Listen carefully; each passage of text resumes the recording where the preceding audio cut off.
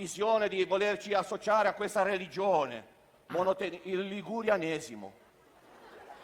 Una religione che crede nell'esistenza della regione Liguria. Esatto. La Liguria c'è. Esiste. C'è scritto sulle autostrade, la Liguria c'è. C'è quelli che non ci credono. Vai un po' a prendere l'autostrada da Sarzana e esci a Bordighera, vedrai che c'è la Liguria. Esiste.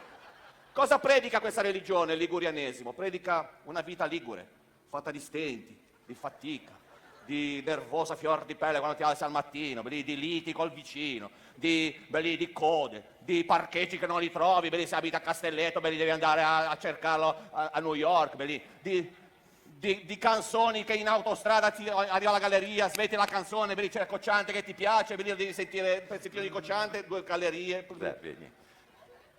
Una vita di Sacrifici. fatica, di sacrificio, veramente, che poi Giammini, che alla fine... Però una vita in cui quando muori ti togli da patire. Esatto.